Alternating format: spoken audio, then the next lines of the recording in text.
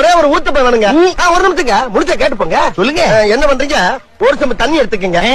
அத தோசைக்கல்ல ஊத்தி அதுக்குன்னு வழக்கமா ஒரு விளக்கமாறு வச்சிருப்பீங்கல்ல? ஆமாங்க. அத அடிப்பக்கமா திருப்பி சரிங்க. வரட்டு வரட்டு வரட்டுன்னு ஒரு 4 இழுப்பு இழுத்து சரிங்க. நல்லா கழுவி விட்டுருங்க. சரிங்க. ஒரு கிண்ண நிறைய மாவு எடுத்து பெரிய ரவுண்டாவும் இல்லாம சின்ன ரவுண்டாவும் இல்லாம சரிங்க. பொதுவா ஒரு ரவுண்ட ஊத்தி 4-5 வெங்காயத்தை விட்டு அள்ளி பொடி பொடியா நறுக்கி அப்படியே மேலாப்ல பரபர தூவி விட்டு சரிங்க.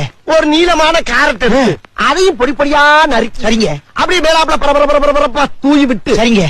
ஒரு 16 கரண்டி நெய் எடுத்து சரிங்க. அதுல 6 கரண்டி நெய்ய உள் சைடு அப்படியே லேசா விளாவி விட்டு சரிங்க. 10 கரண்டி நெய்ய தோசைக்கு வெளி சைடு அப்படியே மேலாப்ல விளாவி விட்டு சரிங்க.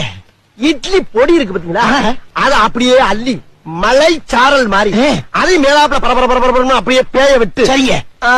பொத்துனாப்ல அப்படி ஒரு பருத்து இப்படி ஒரு பருத்து அப்படி பருத்தி விட்டு அப்படியே ரெட்டி கலர்ல முருக விட்டு அழகா மடிச்சு கம கம கமன்னு ஒரு ஊத்தப்பத்தை எடுத்துட்டு வாங்க. சரிங்க.